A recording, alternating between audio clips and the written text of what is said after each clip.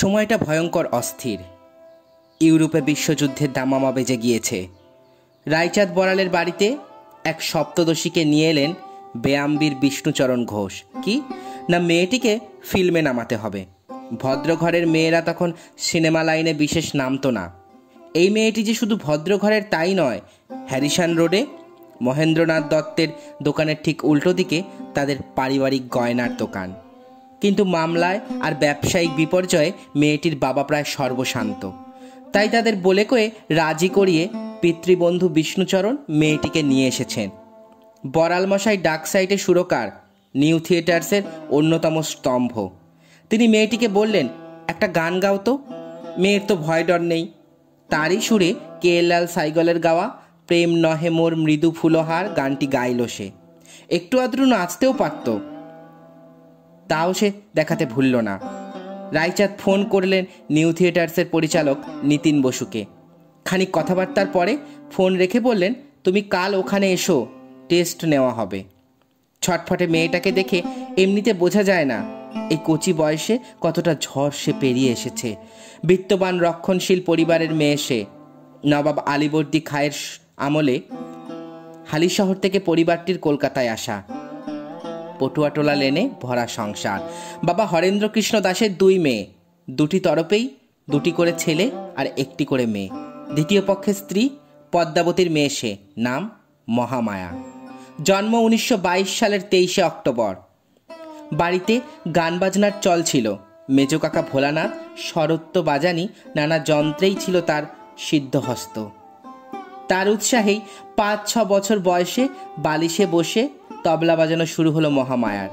একটু বড় হয়ে এসরাজ, সেতার, বাঁশি।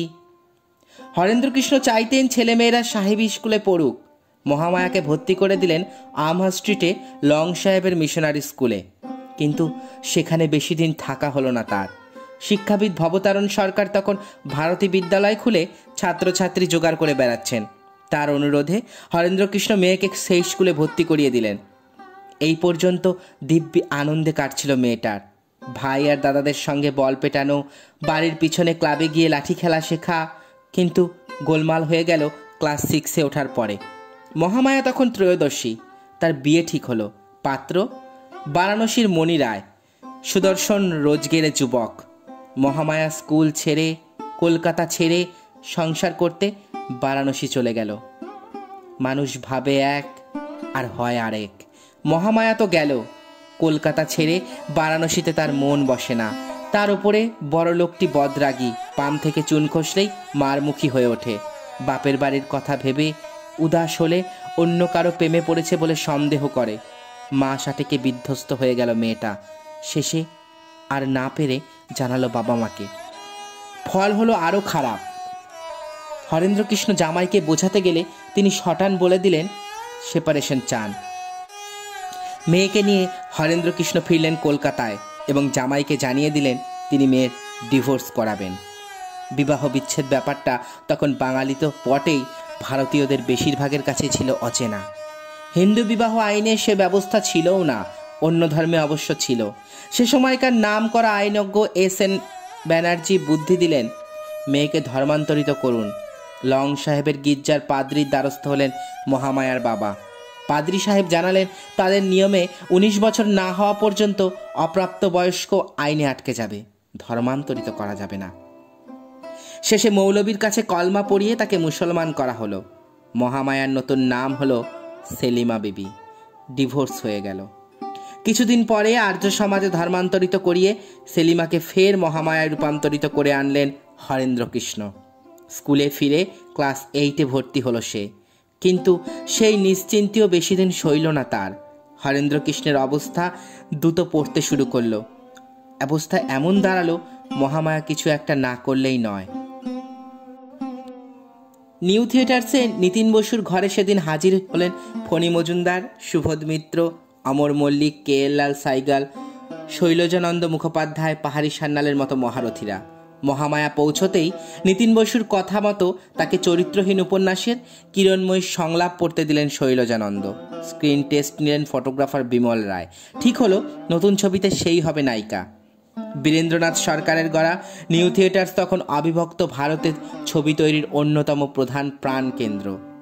যুগন্ধর পরিচালক দেবকী বসু থেকে ভারতীয় ছবিতে প্রথম প্লেব্যাক ব্যবহার করা নিতিন বসু, শৈলজানন্দ মুখোপাধ্যায় থেকে প্রেমেন্দ্র মিত্রের মতো লেখক, রায়চাঁদ বড়াল থেকে পঙ্কজ মল্লিকের মতো সুরকার জড়ো হয়েছেন সেখানে।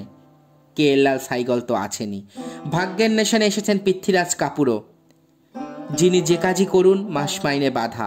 প্রায় প্রতিটি ডবল ভার্সনের ছবি, অর্থাৎ একই নায়ক নায়িকা নিয়ে করা হয় বাংলা এবং হিন্দি দুই ভাষায় ছবি। বোম্বাই থেকে করাচি দাপিয়ে বেড়ায় সেই সব ছবি।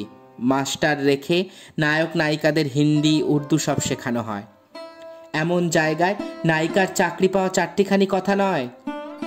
মাইনে হলো 100 টাকা, কিন্তু মহামায়া নাম যে চলবে না। সকলে যুক্তি করে নাম দিলেন ভারতী। নতুন ছবির নাম ডাক্তার। বিপরীতে সুদর্শন নায়ক জ্যোতিপ্রকাশ ভট্টাচার্য। প্রথম দিনের শুটিংয়ে পরিচালক ফণী মজুমদার বললেন, যা বলবো সেটাই করবে, যদি ঠিক করে শট দাও পুরস্কার পাবে। প্রথম শটেই ওকে। পকেট থেকে চকলেট বার করে ফণীবাবু বললেন, এই নাও পুরস্কার। এরকম যতবার এক শটে ওকে হয়ে যাবে ফণীবাবু একটা করে চকলেট বের করে দেবেন। এই ছিল শর্ত। 1940-এ ডাক্তার রিলিজ হলো, সুপারহিট। নতুন জুটির জন্ম হলো। জুটি হলো বটে, কিন্তু টিকলো না। এক অভিনেত্রীর প্রেমে পাগলপাড়া ছিলেন বিবাহিত জ্যোতিপ্রকাশ। সেই নায়িকার আকস্মিক মৃত্যুতে তিনি মানসিক স্থিতি খুইয়ে ফেললেন। সুবোধ মিত্র যেদিন ডাক্তার ছবির হিন্দি ভার্সনের শুটিং শেষ করলেন, কাজ সেরে ফিরে আত্মহত্যা করেছিলেন জ্যোতিপ্রকাশ। ওদিকে আরেক বিপত্তি, ফিল্মে নামায় বিদ্যাভারতী স্কুল থেকে নাম কাটা গেল ভারতী দেবীর। বেশ কিছু অভিভাবকের আশঙ্কা তার সঙ্গে মিশলে নাকি তাদের মেয়েরা বিগড়ে যাবে। পড়া অবশ্য বন্ধ হয়নি, বরং বাড়িতে মেম সাহেব রেখে ভারতী ইংরেজি শিখতে শুরু করলেন। রেডিওর তবলাবাদক সুগায়ক অসিত বরণকে নিউ থিয়েটার্সে নিয়ে এসেছিলেন পাহাড়ি সান্যাল।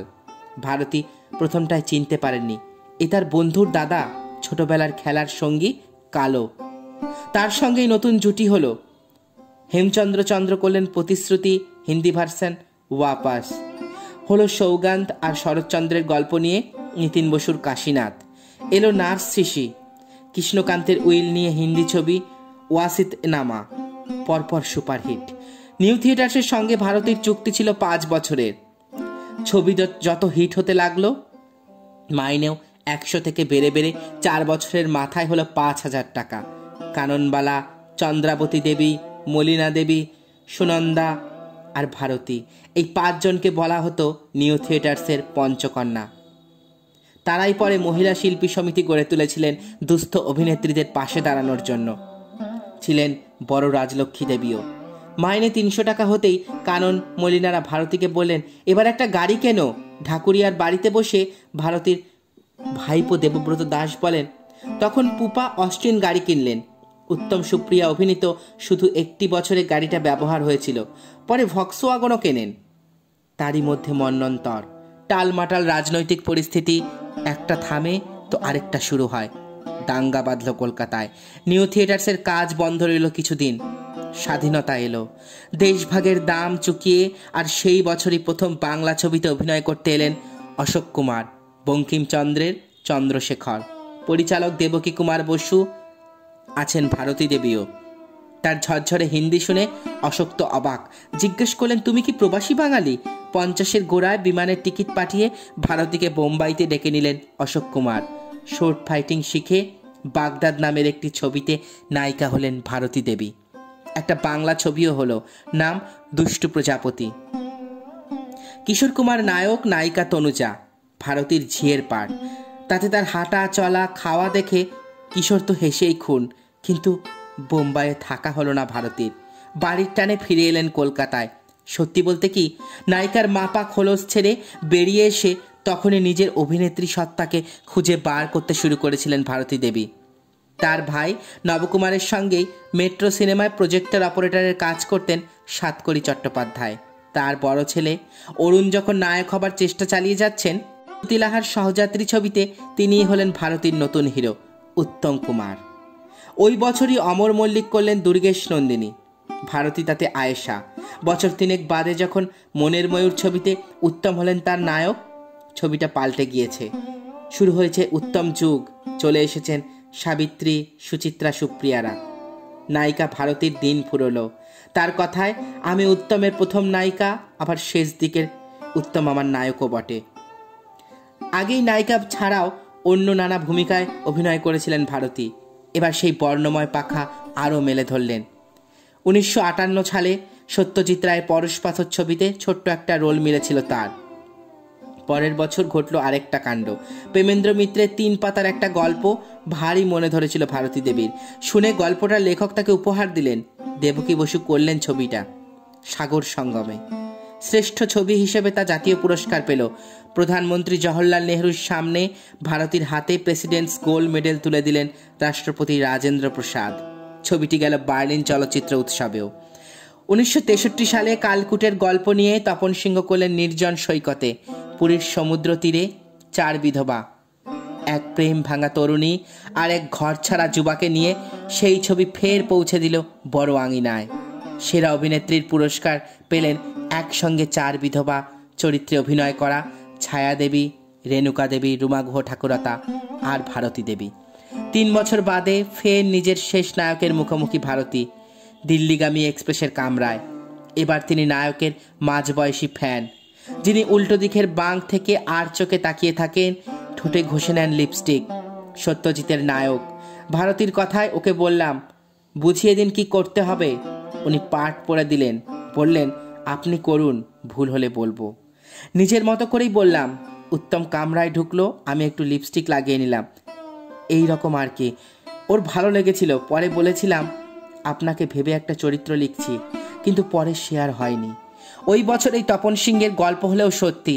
সে ছবিতে চাকরের চরিত্রে রবি ঘোষের অভিনয় অমর হয়ে আছে আজও। বাড়ির 2 বউ ছায়া দেবী আর ভারতী দেবী জুটিকেই বা ভোলা যায় কি করে। তপন সিংহের মতে কমেডি উনি খুব ভালো করতেন। কমেডি একজন অভিনেতার পরীক্ষা। যে ভালো কমেডি করতে পারে সে যে কোনো চরিত্রই করতে পারে। বড় পরিচালকদের নামই ছবিতে কাজ কম করেননি, হয়তো বড় চরিত্রেও কম করেননি, কিন্তু করেছেন নিজের মতো করেই। অগ্রদূতের পথে হলো দেরি, বিমল রায়ের বন্দিনী, দীনেন গুপ্তের আজকের নায়ক, অপর্ণা সেনের পরমা, কিংবা হাল আমলে ঋতুপর্ণ ঘোষের চোখের বালি। টিভিতে অভিনয় করেছেন কিছু টেলিফিল্ম আর সিরিয়ালে। তার মধ্যে বাসু চট্টোপাধ্যায়ের যদি এমন হতো 84 বছর বয়সে রেখা, নানা পাটেকার, দীপ্তি নাভালের সঙ্গে শেষ অভিনয় করেছেন গৌতম ঘোষের যাত্রা ছবিতে। ভালো হিন্দি বলতে পারেন বলেই ডাক পড়েছিল। পড়ে রইলেন তরুণ মজুমদার। পলাতক, চাওয়া পাওয়া, খেলার পুতুল, আলো প্রভৃতি ছবিতে ভারতী দেবীকে কাজে লাগিয়েছিলেন তরুণ মজুমদার। তার মনে পড়ে পলাতকের শেষ দৃশ্যে নায়কের নাম ধরে বসন্ত বসন্ত বলে যে বুক ফাটা চিৎকার করেছিলেন ভারতী, তা শুনে তার কি রকমের শিহরণ জেগেছিল। কিন্তু তারপরেও তার আক্ষেপ, ভারতীর যা প্রতিভা সেই মাপের রোল তিনি দিতে পারেননি। দেবকী বসু বা তপন সিংহের ছবিতে যখন ভারতীকে তিনি দেখেন, তখন তার হিংসে হয়। নায়িকা হওয়ার পরেও তার গানের প্রতি ঝোঁক ছিল। তালিম নিয়েছেন আমির খানের কাছে, হরিপদ চট্টোপাধ্যায়ের কাছে শিখেছিলেন রবীন্দ্রসঙ্গীত, শিখেছেন পিয়ানো বাজানো। লেখালেখির শখও ছিল ছোট থেকেই। সুশ্বেতা দেবী ছদ্মনামে বাতায়ন পত্রিকায় গল্প লিখেছেন। পরে টেলিকথাও ছেপেছে তার গল্প। তার গল্প নিয়েই 52 সালে ভুলের শেষে ছবি করেন অমর মল্লিক। নায়িকা ভারতী আর তার ছোট বয়সের রোলে 10 বছরের মাধবী মুখোপাধ্যায়। একটা সময় অমর মল্লিকের সঙ্গে ভারতীর সম্পর্ক নিয়ে নানা খবর রটেছিল চারদিকে। দুজনের মধ্যে ঘনিষ্ঠতা ছিল ঠিকই, তবে ভারতী নিজে বরাবর বলেছেন অমর তার অভিভাবকের মতো, পারিবারিক বন্ধু। নায়িকা হিসেবে যখন তুঙ্গে, সেই 1949 সালে অমরকে দিয়েই স্বামী বিবেকানন্দের জীবন নিয়ে ছবি করান ভারতী। তার বড় সাধের প্রযোজনা ছিল তার। সেই আমলে 5.5 লাখ টাকা খরচ হয়েছিল। ভারতী দেবী অভিনয় করেছিলেন নিবেদিতার চরিত্রে, কিন্তু একটি মহল থেকে বাধা আসায় স্বামী বিবেকানন্দের বদলে স্বামীজি এবং শ্রীরামকৃষ্ণের বদলে শুধু ঠাকুর নাম ব্যবহার করতে হয়। সে যুগের অনেক দর্শকই বুঝতে পারেননি তাদের কথা বলা হচ্ছে, আর সে কারণে ছবি তেমন চলেও নি। ভারতী কিন্তু মঞ্চে অভিনয় করতে গেলে করেনি। একবারই প্রতাপ মঞ্চে চারণকবি মুকুন্দ দাস করতে যান তিনি, কিন্তু 1 মাসের বেশি খাপ খাওয়াতে পারেননি। যাত্রা তো বাদে দিলাম। একবার নট্য কোম্পানির সঙ্গে যাত্রার কথাবার্তা হয়েছিল বটে, কিন্তু ভানু বন্দ্যোপাধ্যায় শুনেই বললেন, তুমি কি গাঁজা খেতে পারো? যাত্রা করতে গেলে অনেক দম লাগে, ওসব ছাড়ো, ব্যাস, এখানেই ইতি টেনেছিলেন ভারতী দেবী। অথচ বিজ্ঞাপনে পা রেখেছেন স্বচ্ছন্দে। যখন একটি কোম্পানির রঙিন সাবান প্রথম বাজারে এলো, খবরের কাগজে তাদের বিজ্ঞাপনের মুখ হলেন ভারতী দেবী। সেই থেকে টানা 20 বছর তাদের বাড়িতে সাবান পাঠিয়ে গিয়েছেন সেই সাবান নির্মাণ সংস্থা। 1975 সালে ঢাকুরিয়ার বাড়ি কিনে সকলকে নিয়ে চলে এসেছিলেন ভারতী দেবী। মা, 2 ভাই, নব আর অরুণ, এই ছিল তার পরিবার। চন্দননগরে বোর্ডিংয়ে রেখে 2 ভাইপো দেবব্রত আর সুব্রতকে তিনি মানুষ করেছেন। দেবব্রত স্ত্রী শিপ্রা বলেছেন, আমার ছেলে বিক্রমজিৎ তো 6 মাস বয়স থেকেই সারাক্ষণ ঠাকুমার কাছে। যখন হাতে বেশি কাজ থাকতো না, কখনো ছাতুরপুর দিয়ে কচুরি করে খাইয়েছেন সবাইকে, তো কখনো জিভে গজা সন্দেশ বানিয়ে খাইয়েছেন। আর বলেছেন, বৌমা শিখে নাও। আর ছিল মাটি দিয়ে মূর্তি গড়ার নেশা। কত যে গড়েছেন, বন্ধুদের বিলিয়েছেন। মলিনা দেবীকে দেন শিব মূর্তি, পদ্মা দেবীকে দেন কালী মূর্তি, শোভা সেনকে দেন কাশ্মীরি শালের কারিগর। বাড়ির ঠাকুর ঘরে তার গড়া শিব মূর্তি আর মাটি দিয়ে গড়া কাস্টিং করিয়ে নেওয়া কালী মূর্তিতেই পুজো হতো, হয়ও এখনো। 2011 সালের 30শে ডিসেম্বর। কিছুদিন ধরেই শরীরটা ভালো যাচ্ছিল না ভারতী দেবীর। বয়সও 90 ছুঁয়েছে। রাত 1:30। বাড়ির সকলে বিছানা ঘিরে দাঁড়িয়ে ক্ষীণ গলায় মহামায়া বললেন, শরীরটা কেমন করছে। জল চাইলেন, জল দিলেন সকলে। একটু একটু করে জল খেলেন সকলের কাছ থেকে। সবার অলক্ষ্যে নশ্বর দেহ থেকে পরলোকে গমন করলেন ভারতী দেবী। একবার একটি সাক্ষাৎকারে তরুণ মজুমদার জানতে চেয়েছিলেন পরের প্রজন্মের জন্য তার কি উপদেশ। একটুও না ভেবে ভারতী দেবী বলেছিলেন একটি শব্দ, নিষ্ঠা। আজও বাংলা চলচ্চিত্র জগতে অমর হয়ে আছেন ভারতী দেবী। বন্ধুরা, আমার এই প্রয়াস আপনাদের কেমন লাগছে? আমার ভিডিওগুলো যদি আপনাদের ভালো লেগে থাকে তাহলে অবশ্যই আমার চ্যানেলটা সাবস্ক্রাইব করবেন আর পাশে থাকা বেল আইকনটাতে ক্লিক করে দেবেন, যাতে পরবর্তীতে ভিডিওর নোটিফিকেশন আপনাদের কাছে খুব তাড়াতাড়ি পৌঁছে যায়। ভালো থাকবেন। আবার দেখা হবে অন্য কোনো ভিডিওতে, অন্য কোনো দিন। নমস্কার।